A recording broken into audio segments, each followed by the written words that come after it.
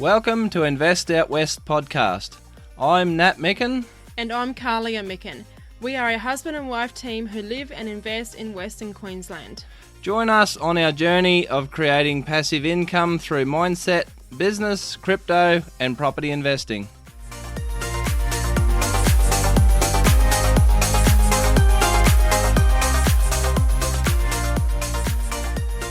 Welcome to the Invest Out West podcast, episode number 10. Today we'd like to lead with a quote from Ryan Serhant that says, "Successful people make decisions based on their commitments. Amateurs make their decisions based on how they feel." Yeah, no, that's a good lead-in, I think, to what we wanted to talk about here today. Now, I have recently come across a term called brag tax, and it was on the Australian Property Investment podcast, and there was a guest on there, a fella called Todd Sloan, and he talked about this term called brag tax, and I hadn't ever heard that term before. But what he was talking about was that when you have a rental property that you're happy to brag about to all your friends, that usually that property will perform worse than one that you're more ashamed of and don't really want to talk about that you actually own, and so that I think that is a fairly good description of when one goes to buy a property in an outback location. It's more, I've found that people sort of they'll look down their nose more at you having that investment property in that particular town. Whereas if somebody said, "Oh, I've got this big flash house over on the coast, and in just a major city somewhere," then it seems to be a lot more. It seems to be held in higher regard. But when I've started to run a few numbers on that, the numbers it keeps coming back every time to prove about this term called brag tax. And so I started to run a few numbers here recently after I listened to that episode and got thinking about that term. And so this podcast is sort of gonna be an extra addition to the last podcast that we done, where we talked about buying an investment property in an outback location versus a coastal location. And so we're going to go into detail some more on those two scenarios that we used in the last podcast. And so if we took our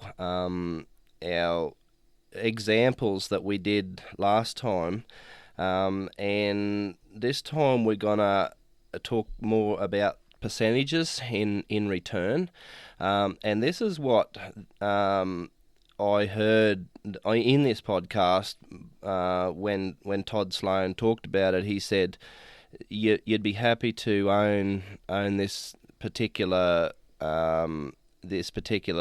investment property, but it comes with the brag tax, and he says it might only be producing about 2.5%, and that is the same as that's exactly what I've been finding when I've started to run some numbers here. So take our example of last podcast of the $120,000 property in more of an outback location, which is quite easily doable. and that house rented for $260 per week. Now, on our portfolio of our four houses, we pay on average for rates $2,200 per week. Per year. So that's $2,200 in rates, and then in insurance we pay $2,350 per year. So to use those two figures on our example here, so $120,000 property, $260 per week, the $2,200 a year in rates, $2,350 in insurance, it comes back at 7.47% return. Now, I would consider that on the low side. That's sort of we try to aim for a bit higher than that. We used to only like 10%. Didn't like to go under 10% cash flow return, but since rates and insurance has sort of gone up, then we have got out of sync a bit with that. So it's more a case now of going back to the drawing board and looking at our revenue coming in from the rent and adjusting that accordingly to try and catch up with the expenses. So now if we took so we'll pick on Townsville again. Like we did in the last episode. So say we bought a house in Townsville at say $400,000 and we got $500 per week. Now I don't have any figures to I just don't have anything to go on for the rates and the insurance because we've never bought in that sort of a location before. But say we took the rates and insurance that we pay, which I would believe would be quite low for a location like Townsville, and we applied those two rates, so the $2,200 and the $3,350 per year. That comes back at 5.36% return. Now, say we added another $1,000 to each of those figures, so it would be $3,200 in rates and $3,350 in insurance. That comes back at 4.86%. So as you can see, it's so much lower than our 7.47% on our $120,000 house out west. Now, take our average that we talked about in the last episode. Our house purchase average is $105,000, and our weekly rental income is $270 per week. Our rates and our insurance, which was the $2,200 and $3,350 respectively per year, that comes back at 9.04%. So as you can see, that is close up to where we like being, around that 10%. On across that portfolio, like I sort of believe that's sort of in our range. Like I say, we like to be at 10, but 9 is still fine. So that's just sort of what I wanted to talk about in this episode, and I find that our best performing house is in Julia Creek. Now, probably a lot of people in Queensland and especially Australia would probably have never have even heard of Julia Creek, but it has always been our best performer. And I've found that when you say to somebody, "Oh, we own a house in Julia Creek," well, they sort of look sideways at you, and sort of you can see them thinking, "What on earth are you doing?" But I just wanted to point out that this is where the brag tax comes into effect. If we had if we tell the same people that, oh, we own a big flash house in Townsville or somewhere on the coast, in a city along the coast, then they would take us a lot more seriously. But as I've just pointed out, the rental return figures, it's a no-brainer to me.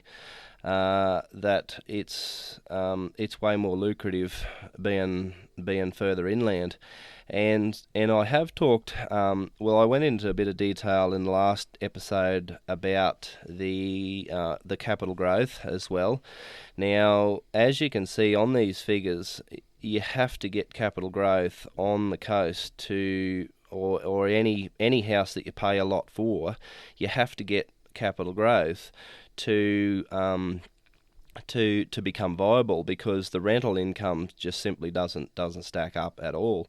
But what I keep coming back to is, I say that a house that you buy at 100,000 is, I always believe that it's easier to do a 2x on that house and turn it into 200,000 than it is to buy a $400,000 house and turn it into 800,000 or something like that. It Don't get me wrong, it can be done, but I find that it's more a case of that you really have to do a lot more homework in finding the right location to do that sort of thing. Whereas $100,000 house, it's a lot. It seems to be a lot more simpler to get the capital growth on that, but because it's only 100,000 turning it into 150 or 200,000, it's not much compared to turning, say, a $400,000 house into, say, like 600,000. But it's a case of having a portfolio with these cheaper houses, and that way you can get the same amount in the end, in dollar terms, over a portfolio, instead of doing it just on one house. And I always I'm a big believer in diversification, so I find that, to me, it would make me sleep at night a whole lot easier having four houses compared to just one that you don't know whether is the market going to go up or down or something like that. Whereas if you have four houses in four different towns, I find that it makes me a lot more comfortable thinking that I have spread the risks a lot better, with different different across different markets in different towns. So like I said in the last episode, this isn't for everybody. This style that we do, it resonates with us, but it probably won't for everybody. But I just wanted to sort of do these couple of episodes on this topic, so that it just sort of opens people's eyes to the more possibilities that can happen once you get into a smaller, more inland location. Whereas I don't think a lot of people fully understand that. So that's sort of why I wanted to bring this information to people who don't know about that sort of line of thinking. A lot of people just sort of think that they have to buy a blue chip sort of like a blue chip area and a blue chip property in that area, whereas I'm trying to sort of show people that they don't need to, and you can still get incredible results. So that's about all I had to say on this. Kahlia, did you want to add anything on that?